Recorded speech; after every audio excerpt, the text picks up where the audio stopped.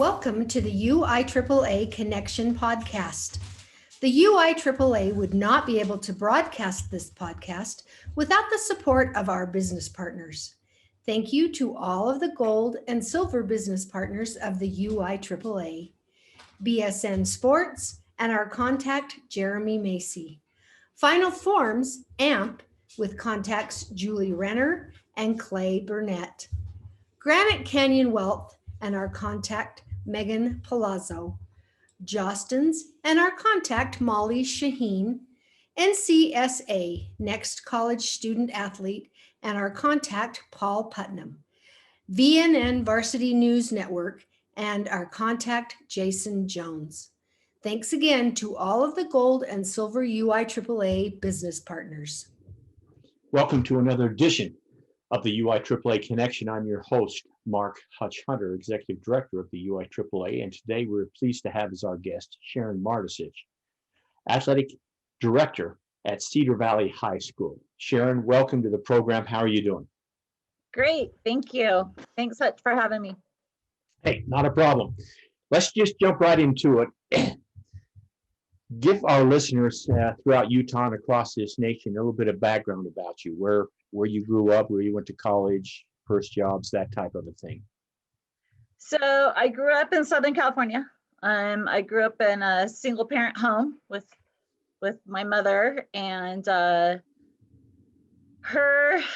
goal for me was not to get in trouble and as I was growing up. So she put me in every possible thing that you could imagine from my elementary years, and then it kind of stuck through me through high school and in the beginning of my college years. So I grew up in the LA County area. The number one thing that I enjoyed the most was softball. And that was my sport from second grade on. I played called Bobby Sox in California. Oh, okay. Yeah, the Bobby Sox. And we actually had knee-high socks that represented your team. It was back in the day. That's awesome. So we're talking 40 years, people. So I grew up in the LA area, graduated high school. I had some great mentors in high school. They knew my situation. They knew I wouldn't be able to have a secondary education if I didn't have scholarships. So I had a great softball coach that said, as a freshman, I made the varsity team, and she said, if you want to go somewhere, we're going to have to get you into some more sports. And she was absolutely right. She helped me play basketball. I ended up playing basketball all 4 years. And then I also played tennis for all 4 years, from a freshman to my senior. And right now I can honestly say tennis has become my favorite because I can still play it in my old age. And I was very fortunate in that aspect. And then moving on to college, I did get a scholarship, and I had numerous offers around the nation, but I was pretty naive as coming out of in the 80s of what to expect, and very sheltered. I didn't really have a parent that looked out for me in that sense. I had a coach, I had coaches my senior that were helping me on my college visits and so on. And the most comfortable I felt was going to a smaller private Christian college in San Diego, is where I ended up choosing to go and play actually two sports, basketball and softball, because they weren't, Sure, developing programs. And so I played there for a couple years, and then I was doing my education, and my mom got super sick and ended up moving back home, and then played for Cal State Fullerton for a little bit.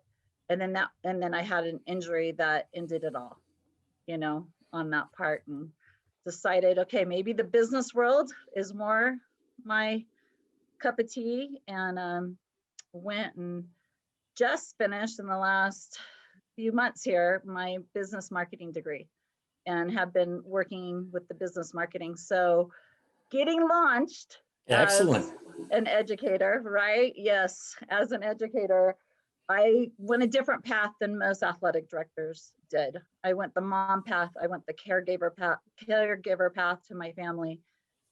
especially my mom. She lived with me until her end years. And that's where I'm at. And I had some great mentors while I worked at Westlake for 10 years that said, you know what, Sharon, you've got a future in this. You have a future of becoming an athletic director. Let's finish your degree. Let's get into the master's program. Let's get you an administrative side. And so that's where we are. And that's what we're working on right now. Okay, so you grew up in Southern California, so clearly you played the Beach Boys song, California Girls. Absolutely. And if you don't mind my asking, so what year was it you graduated then? 85. 85. And so you were kind of that second generation of female athlete. Absolutely. That felt the effects of the Title IX. You weren't really a 70s girl, but no. There was probably a generation in front of you. And so I assume that you mentioned that you played 3 sports and that they were all readily available in the LA area. Yeah, everything was very available for us in the LA area. My mom put me in Pop Warner cheerleader as a little kid, and I actually cheered on top of that until my senior year. And then my senior year, I had to focus a little bit more on my athletics, but I actually cheered and played 3 sports. So I have that cheerleader side. Wow.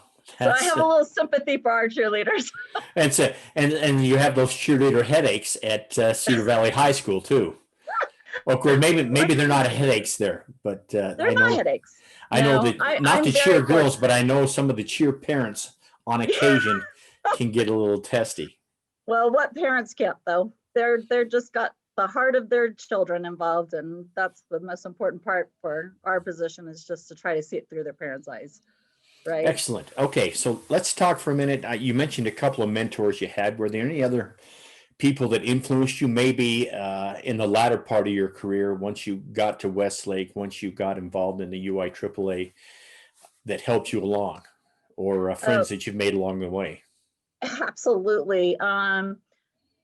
Lou Andrus was the first athletic director at Westlake High School, and he's the one that I had a tragedy in my life right about when Westlake was happening. I lost my 4-year-old son. He was killed in an accident, and Lou reached out to me when Westlake was opening and said, "Are you looking for work? I need help." And he was opening Westlake High School, and so I came in and started working with him, and then eventually Mike and I became partners, and working with Mike O'Connor, and learned a ton those 10 years at Westlake. The 2 principals I worked underneath, Fred Openshaw and Gary Twitchell, they taught me a ton. I just can't even believe it. And then obviously working with the UIAAA, just with fellow athletic directors like yourself, Andy over at Bingham, Trevor, our region 10, I cannot say enough about the guys in our region 10 board. They just have helped me out a lot. And there's so many people that I could call mentors, and I think that's what I love about this organization, is the networking and the resources that we have in the UIAAA and the NIAAA. The resources that if I'm stuck on something, I can go to my peers and these organizations and get the answers I need.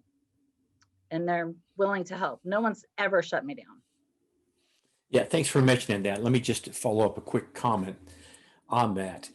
I've said this in other podcasts we've had before you've been on, but it seems when you go to coaching clinics, coaches will get up and they'll share some of their success, but they kind of hold back 1 or 2 things because they don't want to give away everything. But when you go to an athletic director conference, it's share and share alike. I know that when I was at Jordan for all those years, and people said, "What a great idea, you're doing this, this, and this." And I would tell them honestly, "Hey, I stole this. I got this from somebody else." So yeah. that is a great comment. Let's get to the question of, so you're at Westlake, and Westlake is 10 years old, and you decide to apply for the position and open up a brand new school at Cedar Valley. Explain that process to our listeners. So it was extremely tormenting. My boys all came through Westlake. Westlake is my community, my family, my neighbors, and my youngest son, he was a junior at the time, and the principal at that time, Gary Twitchell, was there, and the principal here at Cedar Valley was training at Westlake. And so I got to work with her side by side, and Mr. Twitchell was like, you need to go for this position. You just need to go for it. You'll do great. You can handle it. You know, you've proven yourself that you need to go for it. But I had cold feet because, one, I felt like I was leaving my athletes, my teams, my coaches, these relationships that I was building to go 5 miles to the west. And so I was contemplating it and talking to my husband, and my son had walked in and overheard the conversation. And he's a junior at the time. And he came in and he goes, "Ma, you'd be stupid not to go for that job. Why are you going for that job?" And so those were the final words. That's what I kind of need to hear. And I haven't regretted one moment of it. I miss my Westlake family. I miss them. And that's the best thing about our jobs as athletic directors, is the relationships we build with our student athletes, our coaches, our parents in those communities. It's so rewarding. And I still see those friends and family, and we just had a Westlake here the other night, and it was such a party having those people in our gym here at Cedar Valley. And so that's how it happened. And opening a school, whoo, it was fun. All right, well, that leads to my next question. So what it's like to open a new school, or what are some of the successes and problems? And I mentioned that, let me just throw in a sidelight. I can remember going out to, well, I guess it's not Eagle Saratoga Mountain. Springs. It's Eagle Mountain. It's Eagle Mountain. And of Uh-huh. course, I'm familiar with Eagle Mountain because we, in the old days, with the fellows that I golf with, we had a membership that we shared down at Thanksgiving. And the days we couldn't golf at Thanksgiving, we'd go out to the ranches. And of course, my eyes are open because there's a pass that goes to the other half of the city. So this has got to be, I want to say maybe 5-6 years ago. My oldest grandson, who's a senior at Corner and has had a little bit of success. So we go out there. He's living at Lehigh at the time. So he's playing in the Lehigh Little League, and they play at this brand new middle school, which is, I'm not even sure what the name of it is. Frontier, most likely Frontier. Uh-huh. Okay, well, because you go there and I'm thinking to myself, there was no house. There was a road that went into it, and I'll bet there was nothing within 2 miles. And then, of course, we go out to Cedar Valley for the state championships this year, and Cedar Valley's just 3/4 of a mile away. Wasn't there then, and there's houses everywhere now, and talk about a booming city. So I'm just wondering, with all of this going on and new people moving in, what's it like to open a school like that? It was an awesome experience. And the number one thing is because of the team I got to open it with. Our principal, Courtney Johnson, she has a vision like no other. And it was so fun to work with her vision and the community members and their vision of the culture that they want to establish out here in Eagle Mountain. And it's just been it has been fun. Has it been stressful? Has it been 70-hour work weeks for many weeks a year ago? Absolutely. But compared to now with COVID, I'd trade that for 1,000,000 times over. It's just exciting. It's super fun. It's very exciting. Lots of pressure. Obviously, we had to hire a complete new coaching staff on the athletic side, performing arts. Lots of pressure. But as a team, we put what we call in our athletic department, we put in a dream team in place. And I am so grateful for the coaches that I get to work with and serve and help them be their best in their capabilities. Can I say that word right? Sure. In their jobs. You know, they're all starting new programs. The first year, the biggest challenge that we had is who's coming, what's our athletic eligibility going to look like, and athleticism. Mm-hmm. Are we going to have the numbers? And I laugh to this day because I always say it from Field of Dreams: if you build it, they will come. Oh, it's happened. Yeah. You know, we have some great athletes out here. We have some great parents out here, and they're just doing what's right. And it's been really great in that aspect. The unknowns sure bring in a lot of anxiety of building new programs. We have to build new youth programs to feed our high school programs. Mm-hmm. And that's probably the biggest challenge, is putting the time in. These coaches are so tapped out already with time and funds even, right? That building these youth programs to support their as feeders, that's probably been the biggest challenge. But it's happening. We're year 2, and if we didn't have COVID, we'd be jamming. But with the COVID restrictions and things like that, obviously we're not where we want to be with our feeder programs and in some areas of athletics, and that's across the nation, I'm sure.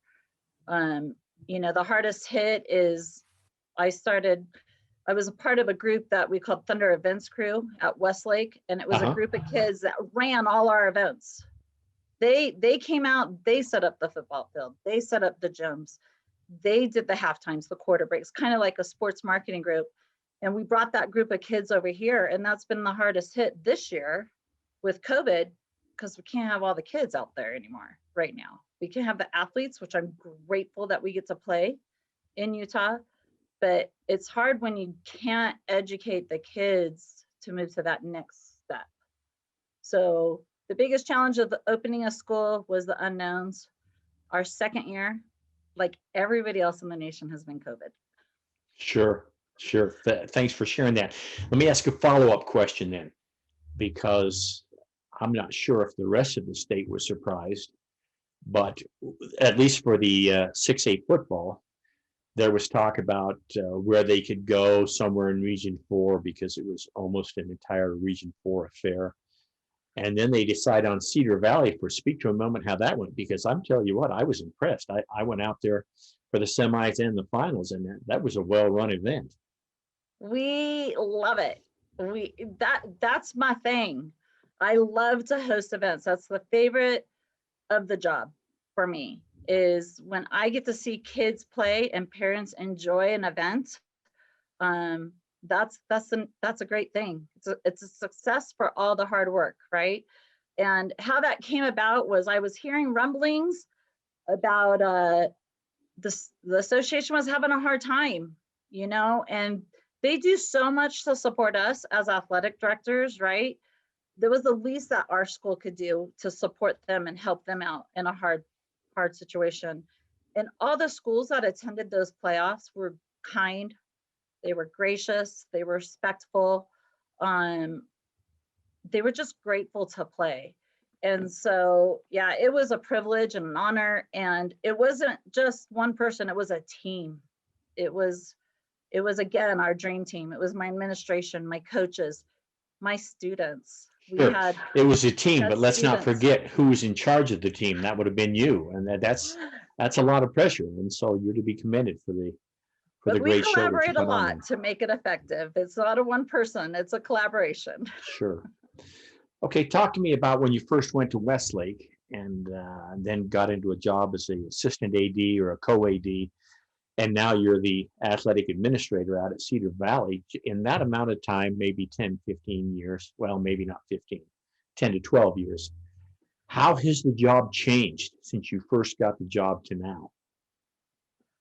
You know, and I love the way it's changed. When I first started out at Westlake, I felt like the mentality of leadership was black and white. It is or it isn't type thing. And now I feel like the culture in athletics and extracurriculars is, how do we make the student athletes mentally strong, and successful? How do we empower them to be successful instead of just running a team or winning a game? It's the whole ball of wax now to me. How do we mentally prepare them for things like COVID years, and how do we strengthen them and help with that resilience? I feel like that's been a real big shift in the last 12 years from when I started. Instead of, you can't do this, you can't do that. Now it's like, okay, how do we make that work? You know, how do we fit something that doesn't fit in the right box? How can we reorganize that box to make something work? And this year has been a prime example of that with our school districts here in Utah and our association here in Utah with COVID. You know, it was like when we all got shut down last April, we were like, wait, there's got to be solutions. Yeah. We can't just quit, you know? And I think we've learned some valuable lessons there where we step back and see the problem and then try to come up with a solution. And I feel like that's where the big change has come. Instead of just giving up and quitting, we're finding the solution to help everybody succeed. Does that make sense? Oh, absolutely.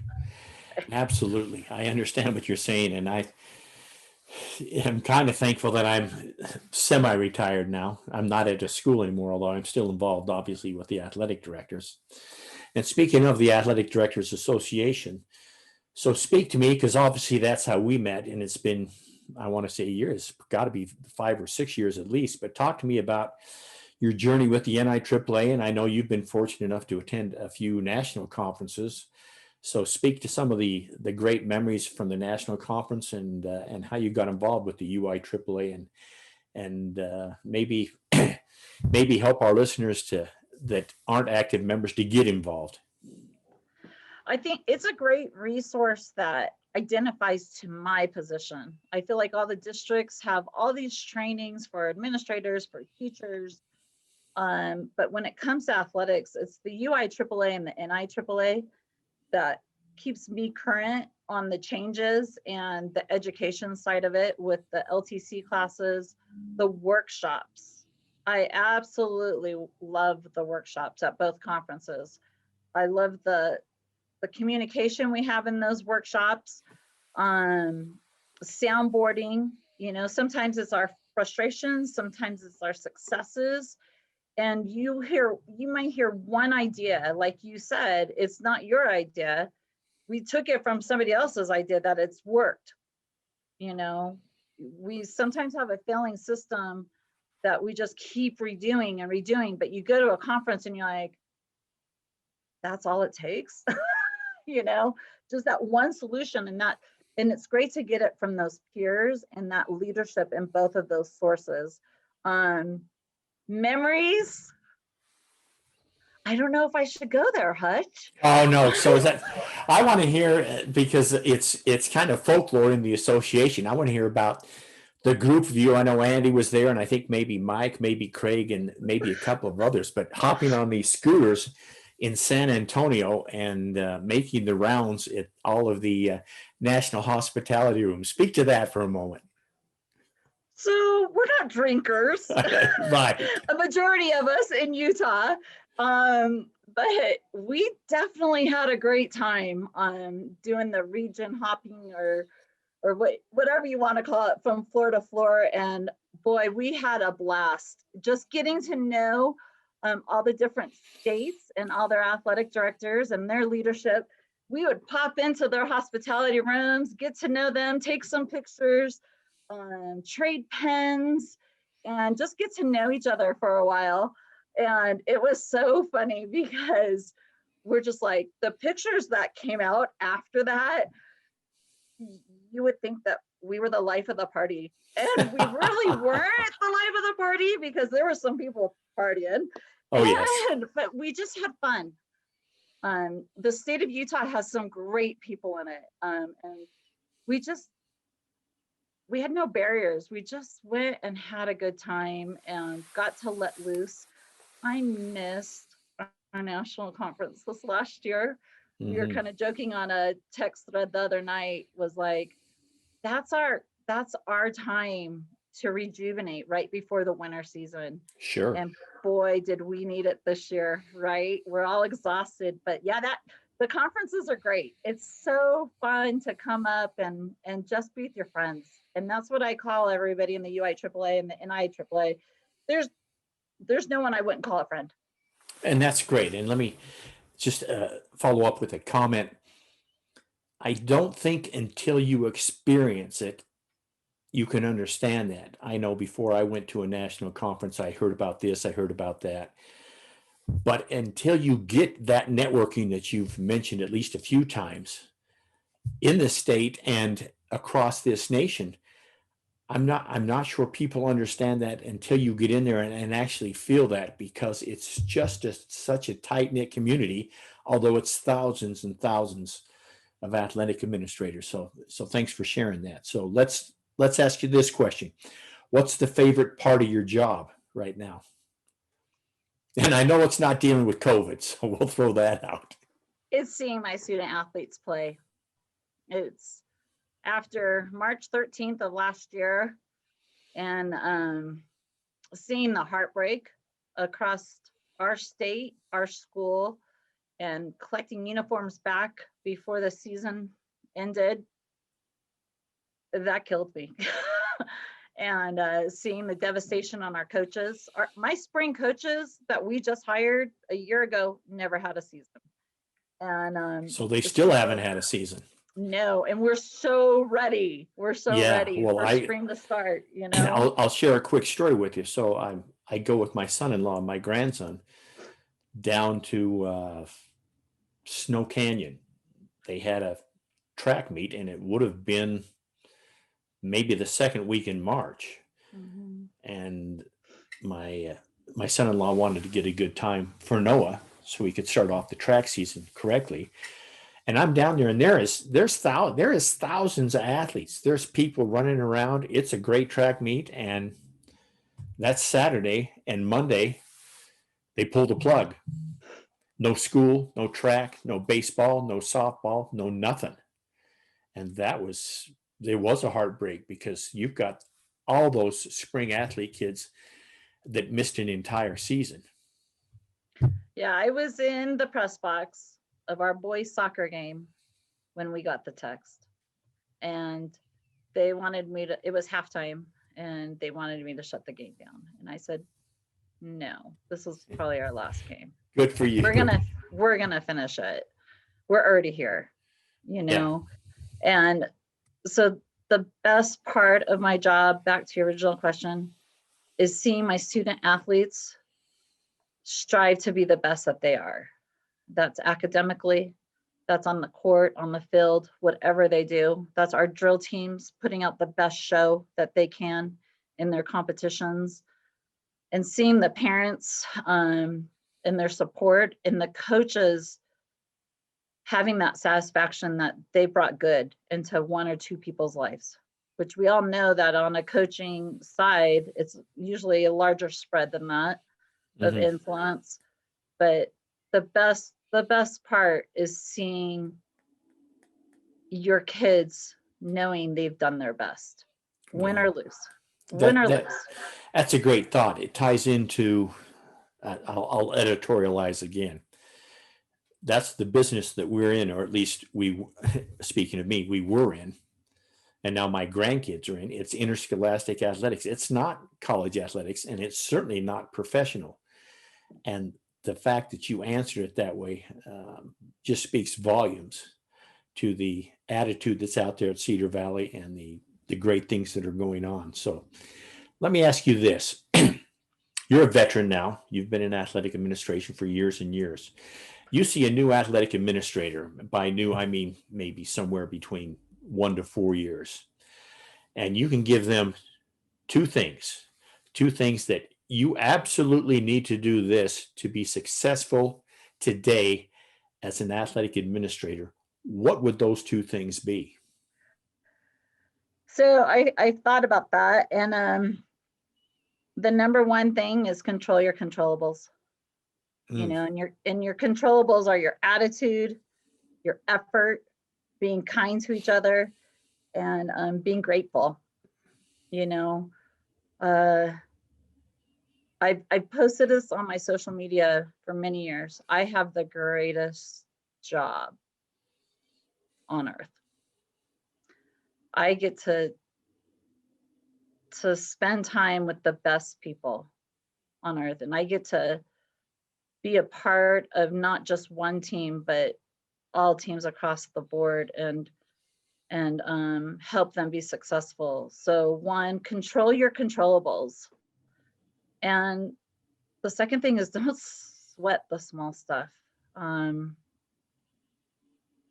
There's so many little things that sometimes I feel like we get hung up on that we feel is important, but really what's the effect? What's the effect if I don't have a sign up directing somebody? You know, that's fixable.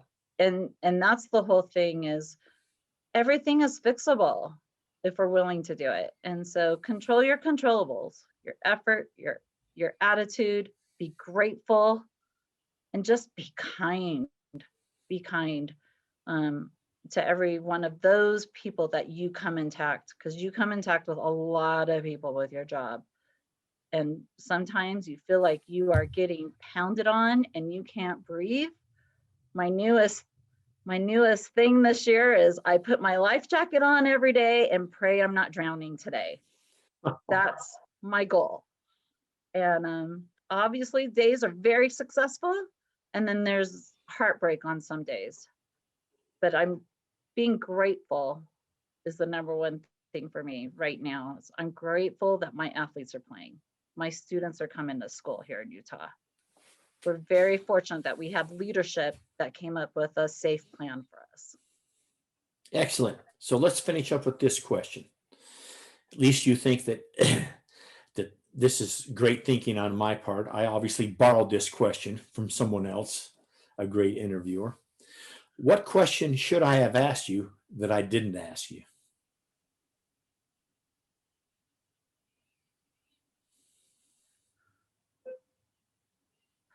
I think you've asked me pretty much everything, Hutch. You're too kind. Let's see, what should you have asked me? Or a platform to anything that you want to pontificate about before we close off this week's version of the podcast. I think just have fun, enjoy the ride. My outlet is either getting in the swimming pool during the winter or getting on my bike when I can in the summer and spring and winter months, and taking the time to mentally help me so I can be there for everybody else and have fun. Enjoy the ride, because you're going to face some big uphills, but then, well, we all know at the top of the hill, there's always a downhill. And just enjoy the ride. Find the joy. That's great it. advice. I've had other people on the podcast speak to the fact that if you're not taking care of yourself, you're not going to be able to take care of your athletes and your athletic department. So thanks so much. Thanks, Sharon, for agreeing to be with us today and in our initial season of the UIAAA Connection. We can't thank you enough. Best of luck to your athletes at Cedar Valley High School.